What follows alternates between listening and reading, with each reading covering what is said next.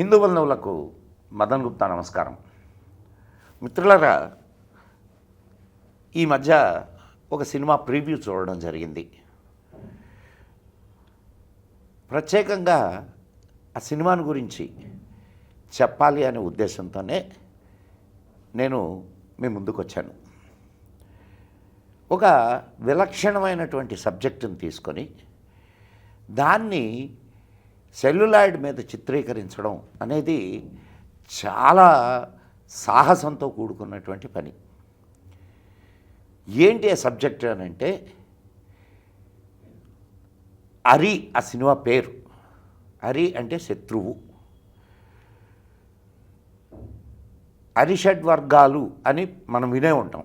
అరిషడ్వర్గాలు అంటే కామ, క్రోధ, లోభ, మోహ, మద, మాత్సర్యాలు అనేవి అరిషడ్వర్గాలు. అంటే కామ, క్రోధ, లోభ, మోహ, మద, మాత్సర్యాలు అనేటటువంటి శత్రువుల్ని జయించాలి. జయిస్తే మన జీవితాలు ఆనందంగా గడుస్తాయి అనేది మన పురాణాలు, మన వేదాంతం ఇవన్నీ చెప్తున్నటువంటి విషయం.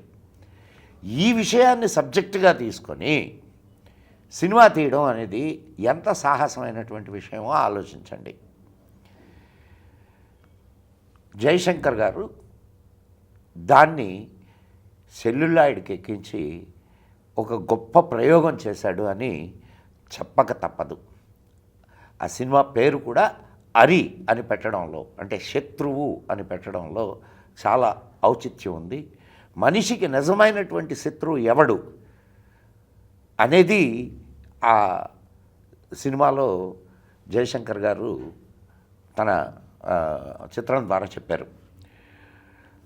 అందరూ తప్పకుండా చూడండి ఈ చిత్రాన్ని. ఖచ్చితంగా అందరికీ నచ్చుతుందనే అనుకుంటున్నాను. ఏదైనా సరే మన వేదాంత విషయాలని ఇలా చెప్పగలిగితే అది చాలా మంచి ఇంపాక్ట్ ఇస్తుంది. ఇప్పుడు జయశంకర్ గారు ఈ చిత్రాన్ని తీయడంతో ఒక కొత్త విధానానికి తెరతీశాడు అనేది ఖచ్చితంగా చెప్పచ్చు. హరి చిత్రం విడుదలైన తర్వాత అందరూ చూస్తారని ఆశిస్తూ సెలవు తీసుకుంటున్నాను. మీ మదన్ గుప్తా. జై హింద్, జై మా భారతి.